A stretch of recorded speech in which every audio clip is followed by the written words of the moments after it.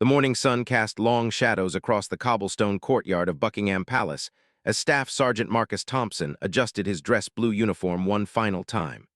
The crisp October air carried the distant sounds of London traffic, but within the palace walls, an almost sacred silence prevailed. Marcus had been selected for something unprecedented in military protocol, something that would challenge every fiber of his being and test the limits of his legendary discipline. Marcus Thompson was not your average Marine. Born in a small town in Montana, he had enlisted at 18 with dreams of serving his country with honor. Over the course of 12 years, he had distinguished himself in 3 combat deployments, earned multiple commendations, and become known throughout his unit for an almost supernatural ability to maintain composure under pressure. His fellow Marines often joked that Marcus could remain stone-faced while the world burned around him, and they were not far from the truth. The unusual circumstances that brought Marcus to London began 3 months earlier during a joint military exercise between American and British forces. The exercise, code-named Operation Silent Shield, was designed to test the coordination between elite units from both nations. Marcus had been assigned to work alongside members of the Queen's Guard, the elite regiment responsible for protecting the British royal family. What started as a routine training mission would evolve into something that would capture international attention and challenge long-standing traditions. During the exercise, Marcus had demonstrated an extraordinary level of discipline that impressed even the most seasoned British officers. While conducting a simulated protection detail, he had maintained his position for over 8 hours without moving, speaking, or showing any sign of fatigue. British Colonel James Whitmore, who had served with the Queen's Guard for over 2 decades, had never witnessed such unwavering dedication to duty. The colonel was so impressed that he made an unprecedented recommendation to his superiors. The recommendation worked its way up through the highest levels of both military and royal protocol offices. After weeks of deliberation, consultations with historians, and approval from the highest authorities, an extraordinary decision was made.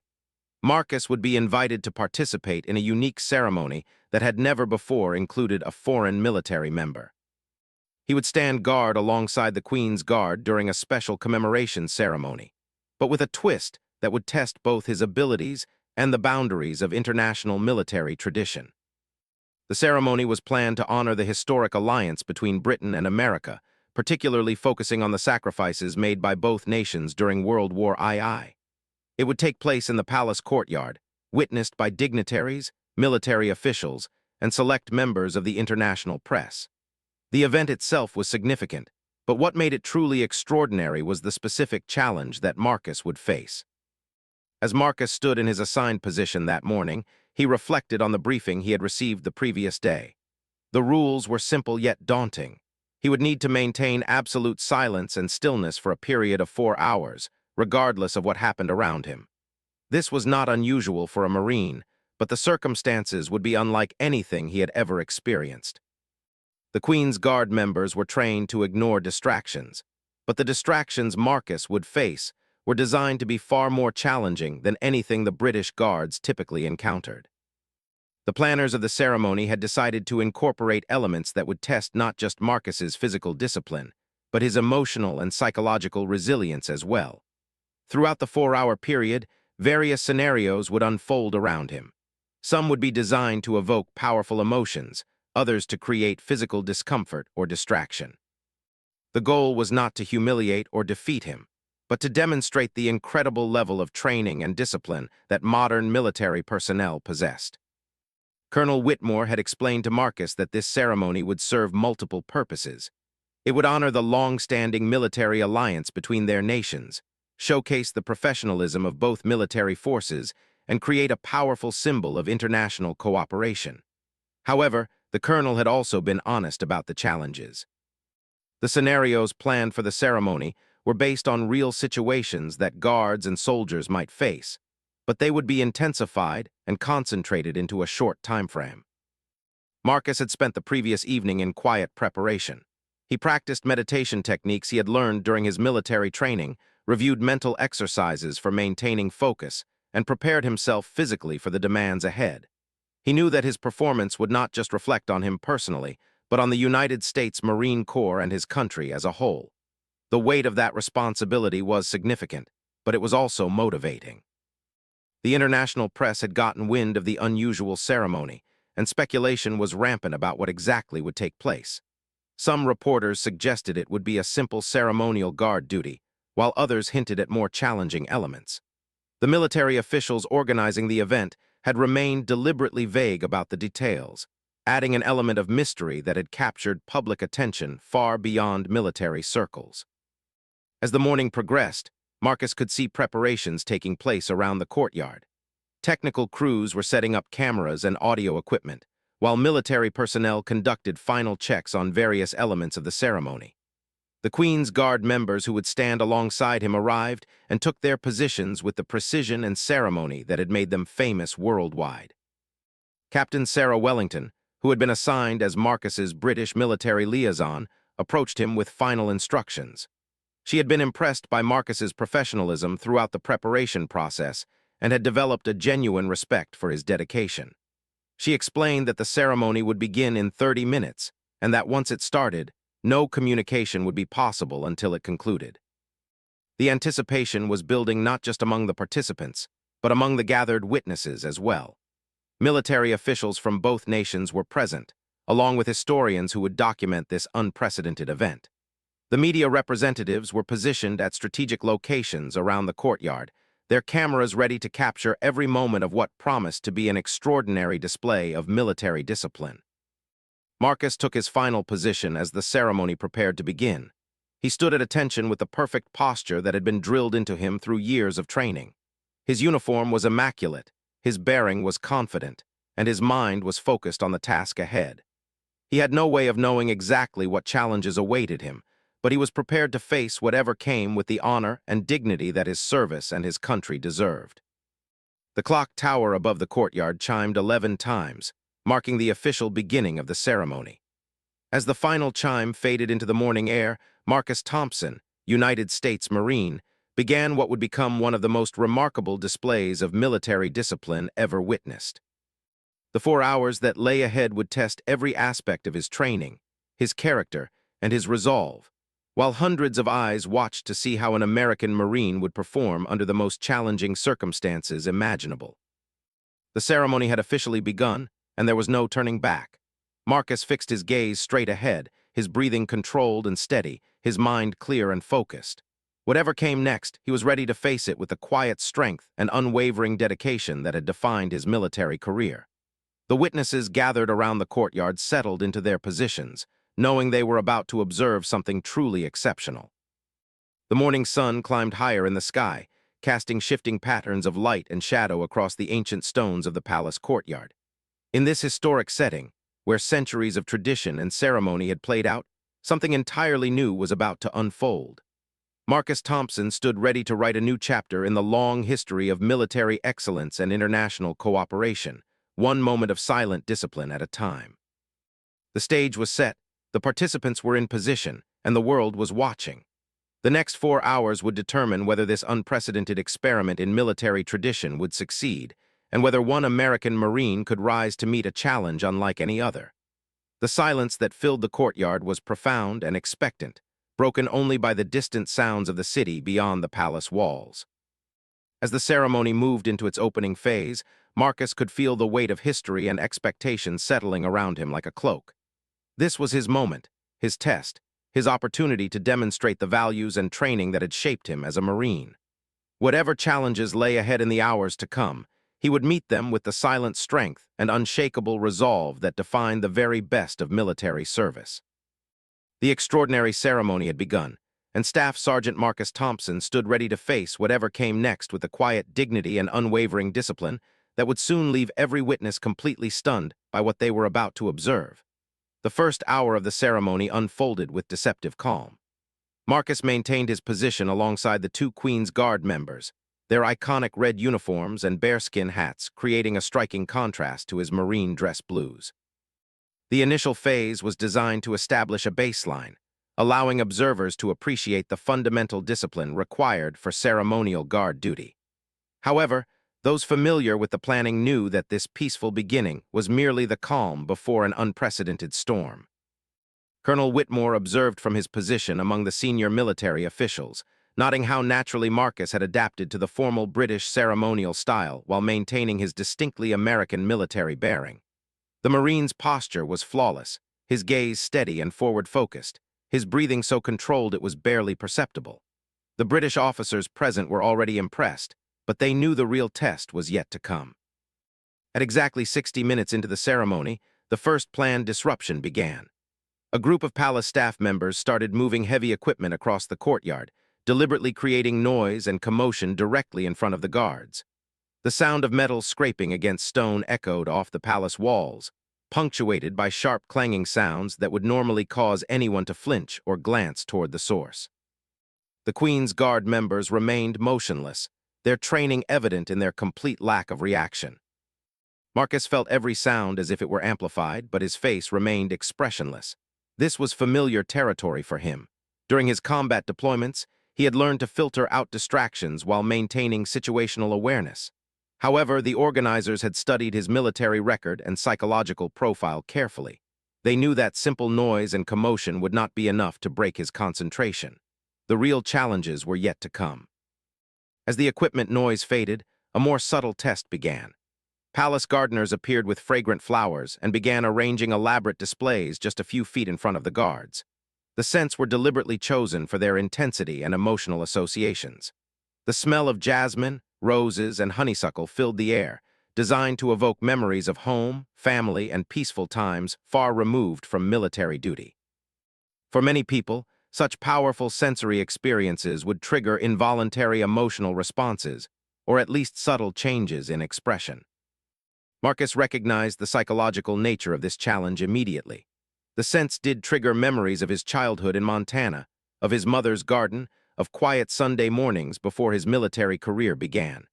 These were powerful emotional associations, but his training had taught him to acknowledge such thoughts without allowing them to affect his external composure. He let the memories flow through his consciousness like clouds across a clear sky, present but not controlling. Captain Wellington, watching from her position, noted the subtle sophistication of what was taking place. This was not a crude attempt to break military discipline, but rather an elegant exploration of the depths of human training and mental conditioning. She found herself genuinely curious about how far Marcus could be pushed before his remarkable composure would crack. The second hour brought visual challenges designed to test Marcus's ability to ignore compelling imagery. Large screens were positioned at the edges of his peripheral vision, displaying rotating images carefully selected for their emotional impact. Pictures of American landscapes, military ceremonies, family gatherings, and patriotic symbols flashed in carefully timed sequences. The goal was not to overwhelm, but to create a constant stream of visual stimuli that would normally draw attention and response. Marcus was aware of the flickering lights in his peripheral vision, but maintained his forward focus with laser-like intensity. This technique was something he had developed during sniper training, the ability to maintain target focus while remaining aware of surrounding activity. The images on the screens were designed to appeal to his identity as an American and a Marine, but he had trained his mind to compartmentalize such stimuli when duty required absolute focus. Midway through the second hour, the ceremony introduced an element that caught everyone by surprise, including some of the British military observers. A children's choir from a local school began performing patriotic songs from both nations, starting with "God Save the King" and transitioning to the Star-Spangled Banner. The young voices were pure and moving, designed to evoke the deepest emotional responses associated with national pride and military service. The impact on the gathered officials and press was immediate and visible. Several senior military officers found themselves fighting back tears as the children's voices soared through the courtyard. The combination of innocent voices singing songs of freedom and sacrifice in the presence of guards representing the highest levels of military dedication created a profoundly moving experience. However, Marcus remained absolutely motionless, his expression unchanged despite the emotional power of the moment. Colonel Whitmore found himself genuinely amazed by what he was witnessing. He had seen the Queen's Guard maintain composure under many circumstances, but the level of discipline Marcus was displaying went beyond anything in his extensive experience. The Marine was not simply ignoring the stimuli around him. He was acknowledging and processing everything while maintaining perfect ceremonial bearing. It was a demonstration of mental training that transcended normal military discipline. As the children finished their performance and filed away, the ceremony moved into its third hour with increasingly sophisticated challenges. Temperature variations were introduced through carefully positioned heating and cooling units, creating zones of discomfort designed to test physical discipline. The temperature around Marcus fluctuated between uncomfortably warm and unseasonably cool, requiring constant mental adjustment to maintain focus despite physical discomfort. The British press representatives were documenting every moment with intense interest. This unusual ceremony was unlike anything they had covered before, combining military tradition with psychological experimentation in a way that was both respectful and fascinating. The story was already generating international attention, with live feeds being watched by military personnel and civilians around the world. Dr. Elizabeth Harrison, a military psychologist who had been consulted during the planning phase, observed from her position among the academic observers. She was taking detailed notes on Marcus's responses, or rather, his remarkable lack of visible response to stimuli that would normally produce measurable reactions. From a scientific standpoint, she was witnessing an extraordinary example of human mental conditioning and discipline. The third hour introduced social pressures designed to challenge Marcus's ability to maintain military bearing in the face of interpersonal dynamics. Groups of dignitaries began walking past the guards, engaging in animated conversations designed to draw attention. Some spoke in loud, theatrical voices about military matters, others discussed personal topics that might resonate with a young soldier far from home. A few even made deliberately humorous comments, intended to provoke smiles or other involuntary responses. Marcus processed every word while maintaining his stoic expression. He could hear discussions about military strategy, debates about international relations, and even personal anecdotes from retired military officers sharing war stories. Some of the comments were clearly intended to provoke responses, while others seemed genuine but were timed to coincide with his presence. Through it all, he remained focused on his duty to maintain perfect ceremonial bearing. One particularly challenging moment came when a retired American general, visiting as part of the diplomatic contingent, stopped directly in front of Marcus and spoke at length about the Marines' impressive service record. The general recounted details of Marcus's combat service, his commendations, and his reputation within the Corps. For any service member, hearing such recognition from a senior officer would normally warrant at least acknowledgement, but Marcus maintained his forward gaze without the slightest flicker of response. Queen's Guard members flanking Marcus were equally impressive in their discipline, but the nature of their training was different from what Marcus was experiencing. They had been prepared for traditional ceremonial challenges, while Marcus was facing a deliberately designed psychological obstacle course. The contrast highlighted the different approaches to military discipline in their respective services, but also demonstrated the universal principles that united elite military units across cultures. As the third hour concluded, the gathered observers were beginning to realize they were witnessing something truly exceptional.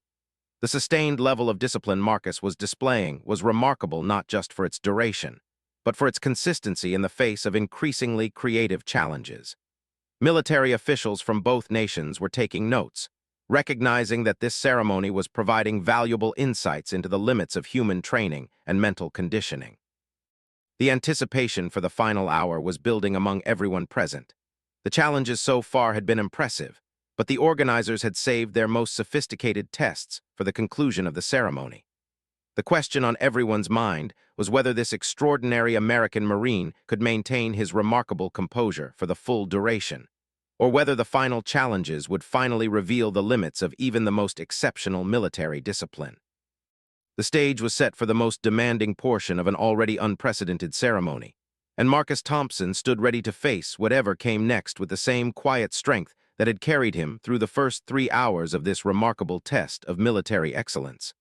The fourth and final hour of the ceremony began with an atmosphere of heightened anticipation that was palpable throughout the courtyard.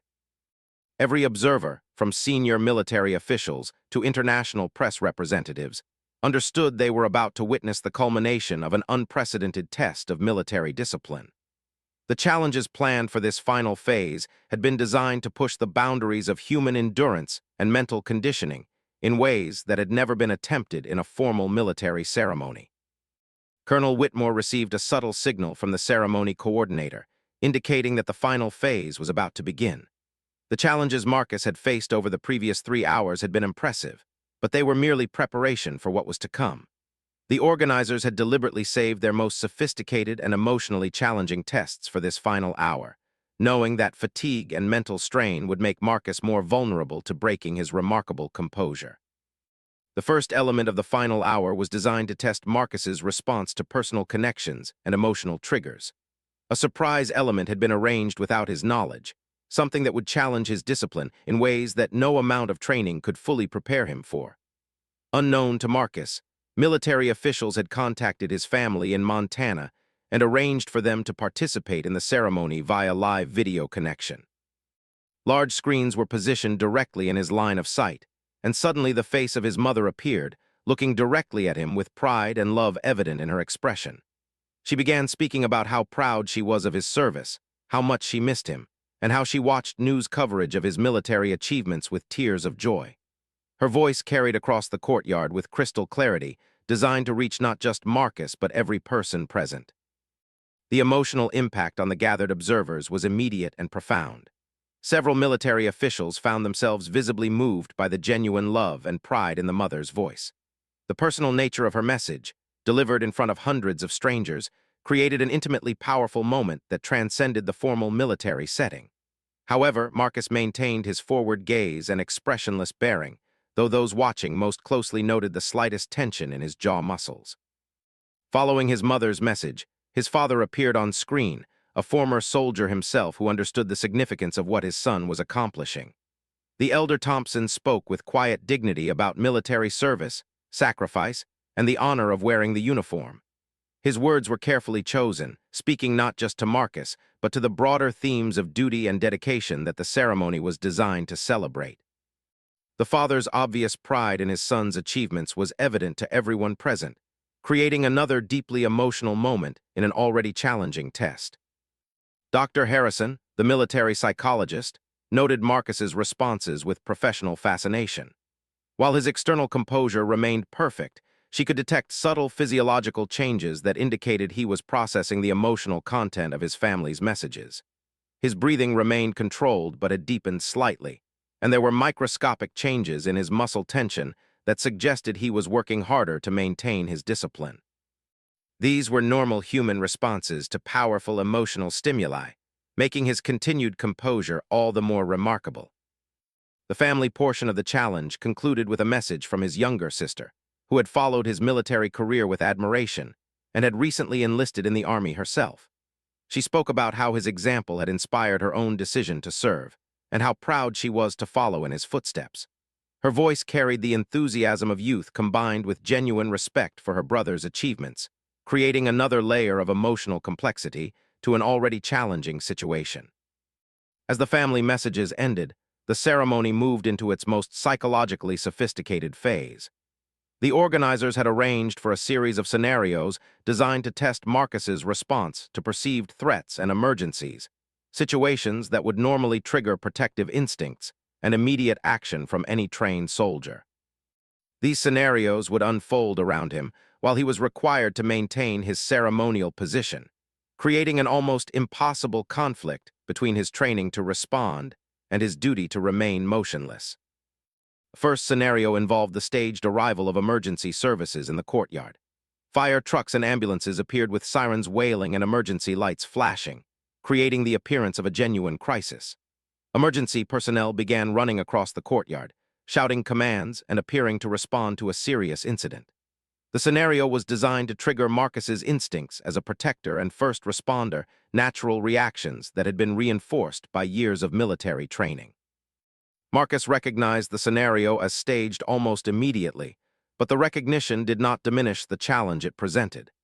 His training had conditioned him to respond instantly to emergency situations, to take action when others were in danger, and to never stand idle when help was needed. Every fiber of his military conditioning was screaming at him to break position and assist, yet he remained absolutely motionless, understanding that his duty in this moment was to maintain his post regardless of the apparent chaos around him. The Queen's Guard members flanking him faced similar challenges, but their training had specifically prepared them for situations where they must ignore distractions and potential threats while maintaining their ceremonial duties. For Marcus, this was entirely new territory, requiring him to override fundamental aspects of his military conditioning while maintaining perfect discipline. The mental effort required was enormous, yet his expression remained unchanged. Captain Wellington found herself holding her breath as she watched Marcus navigate this incredibly difficult challenge. She had been skeptical about whether any foreign military member could successfully complete such a demanding test, but Marcus's performance was exceeding every expectation. His ability to process and dismiss stimuli that would normally trigger immediate action demonstrated a level of mental discipline that was truly extraordinary. The emergency scenario escalated with the staged collapse of an actor portraying a civilian in distress. The person fell dramatically just a few feet from Marcus, calling out for help in apparent pain and panic. Medical personnel rushed to assist, creating a scene of controlled chaos designed to trigger every protective instinct Marcus possessed. The scenario was realistic enough that several observers who were unaware of the staged nature of the event began to move forward to help. Marcus watched the scene unfold in his peripheral vision, every detail processed and evaluated by his trained mind. He recognized the staged nature of the emergency, but that knowledge did not diminish the internal conflict he was experiencing. His entire military career had been built around helping others, protecting the innocent, and taking action in crisis situations. Standing motionless while someone appeared to need help violated every principle that had guided his service. Yet he understood that his duty in this moment transcended his normal operational instincts.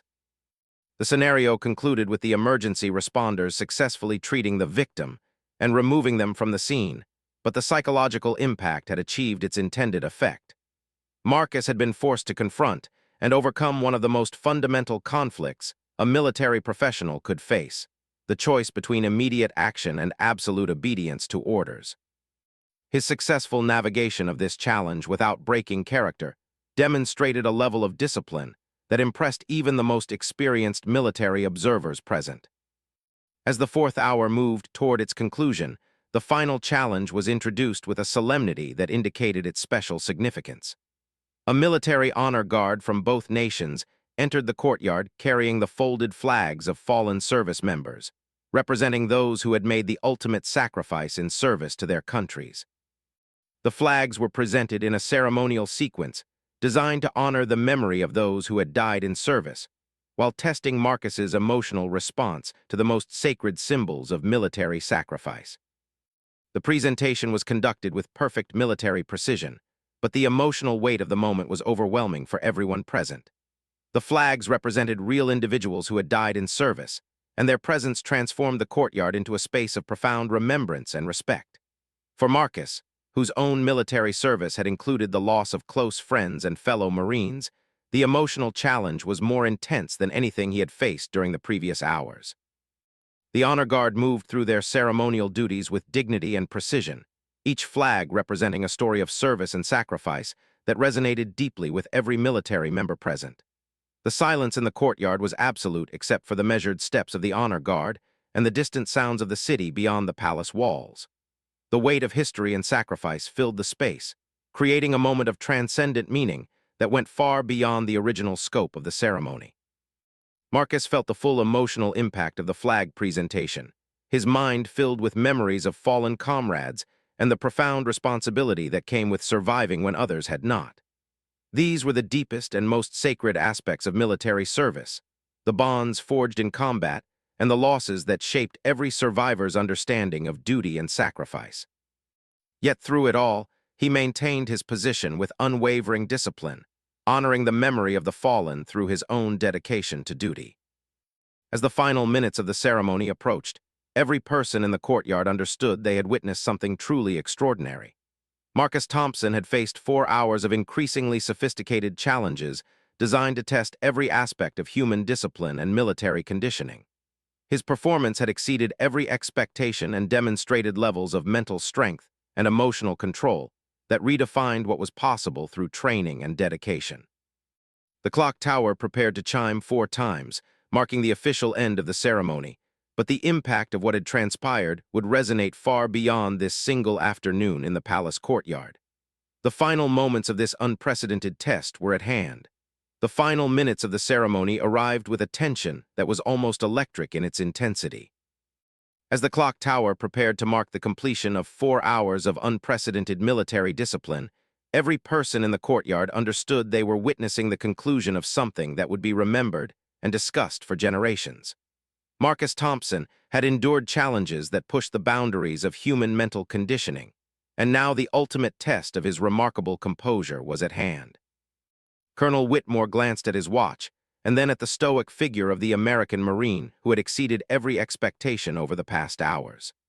The final challenge had been planned as the culmination of everything that had come before, designed to test not just Marcus's individual discipline, but his understanding of the deeper principles that united all military service members regardless of nationality or branch of service. The ceremony coordinator gave a subtle signal, and the courtyard began to fill with active-duty military personnel from both American and British forces. These were not observers or officials, but serving soldiers, Marines, sailors, and airmen who had requested permission to witness the conclusion of this historic ceremony.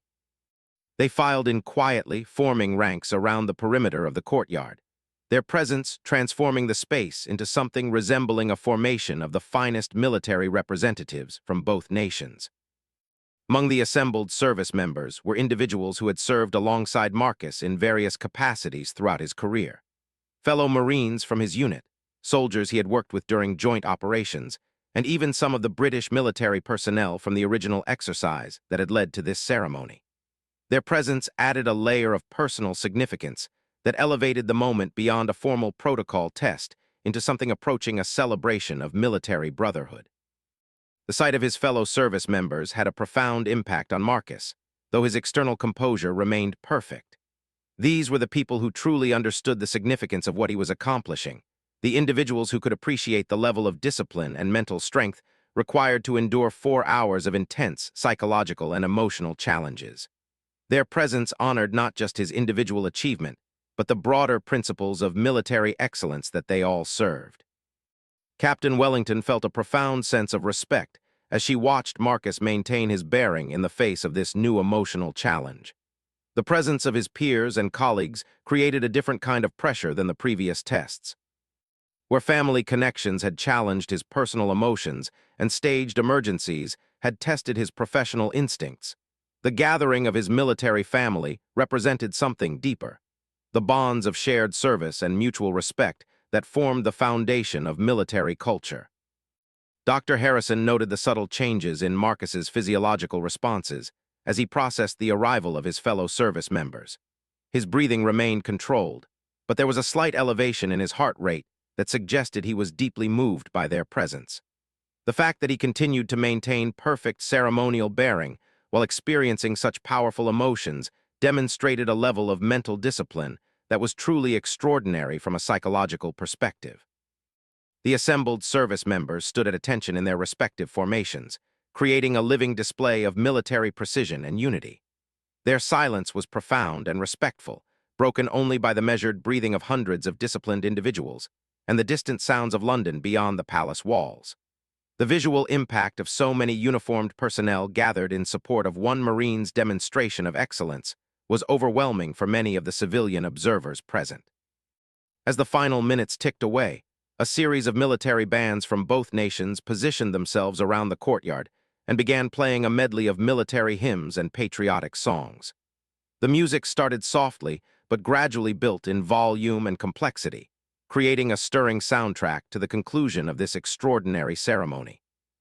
The combination of the Marines' hymn, the British Grenadiers, Amazing Grace, and other traditional military pieces filled the air with sounds that resonated deeply with every service member present. Marcus felt the music wash over him like a wave of shared memory and emotion. These were the songs that had accompanied him through basic training, deployment ceremonies, memorial services, and countless other moments that defined military life. Each melody carried associations with specific experiences, fallen comrades, moments of triumph, and the broader tapestry of military service that connected him to every other person in uniform around the world. The musical tribute reached its crescendo as the bands played a synchronized version of Taps, the haunting melody that honored military sacrifice and marked the end of military days. The sound echoed off the palace walls and seemed to hang in the air long after the final note was played, creating a moment of profound silence and reflection that touched everyone present. For Marcus, maintaining his composure during this most sacred of military tributes required every ounce of discipline and emotional control he possessed. Colonel Whitmore found himself genuinely moved by what he was witnessing. In his decades of military service, he had seen many demonstrations of professional excellence, but Marcus's performance transcended normal measures of military achievement. The Marine was not simply following orders or completing a mission. He was embodying the highest ideals of military service while representing his country and his corps with extraordinary dignity. As the clock tower began its sequence of chimes marking the 4th hour, a final surprise element was introduced that no one had anticipated, not even the senior planners of the ceremony. A delegation of wounded veterans from both nations, many in wheelchairs or using mobility aids, entered the courtyard and positioned themselves directly in front of Marcus and the Queen's Guard. These were individuals who had paid the ultimate price for their service, while surviving to continue their dedication to military values. The presence of these wounded warriors created the most emotionally challenging moment of the entire ceremony. They represented the reality of military service beyond ceremonies and traditions, the courage to serve despite the risks, the sacrifice made by those who had given their health for their countries, and the ongoing commitment to military values even after active service had ended. For Marcus, who had seen combat and lost friends to war, their presence was profoundly moving. The wounded veterans stood or sat in formation for several minutes, their presence serving as a living reminder of the cost of military service and the honor inherent in wearing the uniform. Many had visible injuries that testified to their sacrifice, while others carried invisible wounds that were no less significant. Their silent tribute to the ceremony and to Marcus's achievement created a moment of transcendent meaning that elevated the entire event beyond its original scope. Marcus processed every detail of their presence while maintaining his unwavering discipline. These were individuals who had earned the right to be honored by every service member, people who had made sacrifices that went beyond the call of duty. Their presence transformed his own achievement from a personal test of discipline into something larger, a representation of the values and dedication that united all who served. The final chime of the clock tower rang out across the courtyard, marking the official end of the 4-hour ceremony. As the sound faded into silence, Marcus Thompson had completed one of the most remarkable demonstrations of military discipline ever witnessed. For 4 consecutive hours, he had maintained perfect ceremonial bearing while facing challenges designed to test every aspect of his training, his character, and his humanity. The moment the final chime ended, the assembled crowd erupted in spontaneous applause that seemed to shake the very foundations of the ancient palace. Military personnel from both nations, senior officials, press representatives, and civilian observers joined in an ovation that acknowledged not just Marcus's individual achievement, but the broader principles of excellence and dedication that his performance had represented. Colonel Whitmore stepped forward to formally conclude the ceremony, his own emotions evident despite his professional bearing. In his prepared remarks, he acknowledged that they had all witnessed something unprecedented in military history, a demonstration of discipline, character, and international cooperation that would serve as an inspiration for future generations of service members. Marcus finally allowed himself to relax his rigid posture, though his movement was gradual and controlled, maintaining the dignity that had characterized his entire performance. As he turned to acknowledge the crowd, the expression on his face revealed nothing of the internal struggle he had endured over the previous 4 hours, only the quiet satisfaction of duty completed to the highest standards. The ceremony had concluded, but its impact was just beginning to be understood by all who had witnessed this extraordinary demonstration of military excellence and human potential. The immediate aftermath of the ceremony was unlike anything the palace courtyard had ever witnessed. As the thunderous applause gradually subsided, a profound sense of awe settled over the gathered crowd. Marcus Thompson stood among the Queen's Guard members, all of whom had performed admirably. But it was clear to everyone present that something extraordinary had just taken place that transcended normal military achievement and entered the realm of legend. Colonel Whitmore approached Marcus with visible emotion, extending his hand in a gesture that represented far more than simple congratulation. The British officer had witnessed many impressive displays of military discipline throughout his career, but Marcus's performance had redefined his understanding of what was possible through training, dedication, and sheer force of will. The handshake they shared was captured by photographers and would become one of the iconic images of international military cooperation. The Queen's Guard members who had stood alongside Marcus throughout the ceremony removed their bearskin hats in a gesture of respect that broke with traditional protocol, but perfectly captured the significance of the moment. These elite soldiers, trained to the highest standards of British military discipline, had witnessed something that earned their profound admiration. Their acknowledgement of Marcus's achievement was particularly meaningful because it came from individuals who truly understood the challenges he had faced. Captain Wellington found herself struggling to maintain her own professional composure as she approached to officially conclude Marcus's participation in the ceremony. Throughout the planning and execution of this unprecedented event, she had developed genuine respect for the American Marine, but his actual performance had exceeded even her most optimistic expectations. The level of discipline and mental strength he had displayed would be studied and discussed in military academies for decades to come. The international press representatives were already transmitting their coverage of the ceremony around the world, recognizing that they had documented something truly historic. The footage and photographs of Marcus maintaining perfect composure while facing increasingly sophisticated challenges would soon be seen by millions of people, inspiring countless individuals and redefining public understanding of military discipline and human potential. Dr. Harrison, the military psychologist, was reviewing her extensive notes with fascination and professional excitement. From a scientific standpoint, Marcus's performance provided unprecedented data about the limits of human mental conditioning and discipline.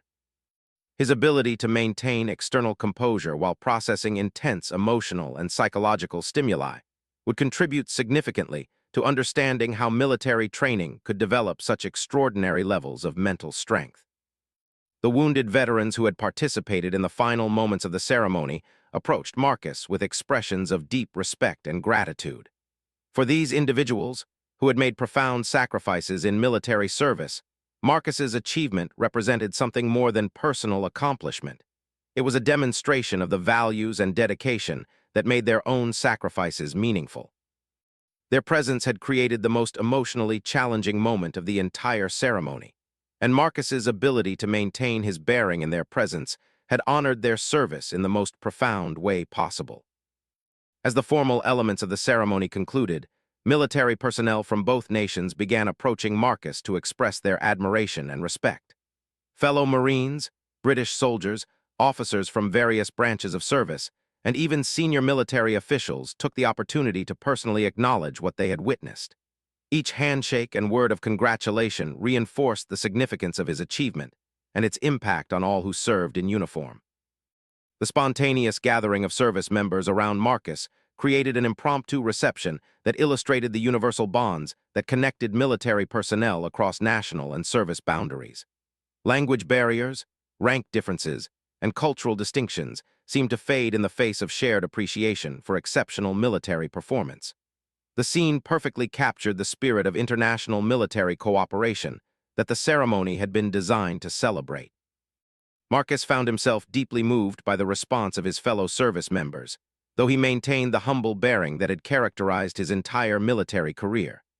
For him, the ceremony had been a test of personal discipline and a way to honor his service and his country, but the overwhelming positive response from military colleagues transformed it into something larger, a symbol of the excellence that was possible through dedication to military values.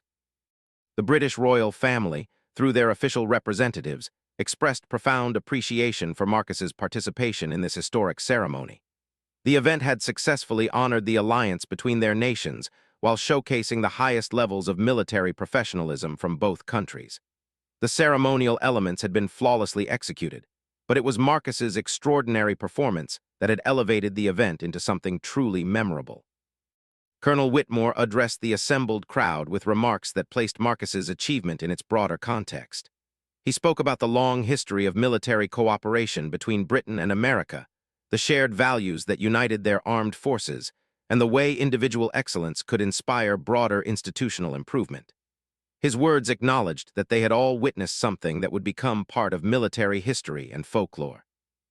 The academic observers present, including military historians and behavioral scientists, were already discussing the implications of what they had witnessed. Marcus's performance would be analyzed from multiple perspectives, contributing to understanding of military training methods, psychological conditioning, and the development of exceptional discipline. Universities and military academies would study the ceremony for years to come, using it as a case study in human potential and professional excellence. The media coverage of the ceremony began spreading around the world within hours of its conclusion. News organizations recognized the universal appeal of Marcus's story, a young American Marine who had faced an unprecedented test of discipline and emerged victorious through dedication, training, and sheer determination.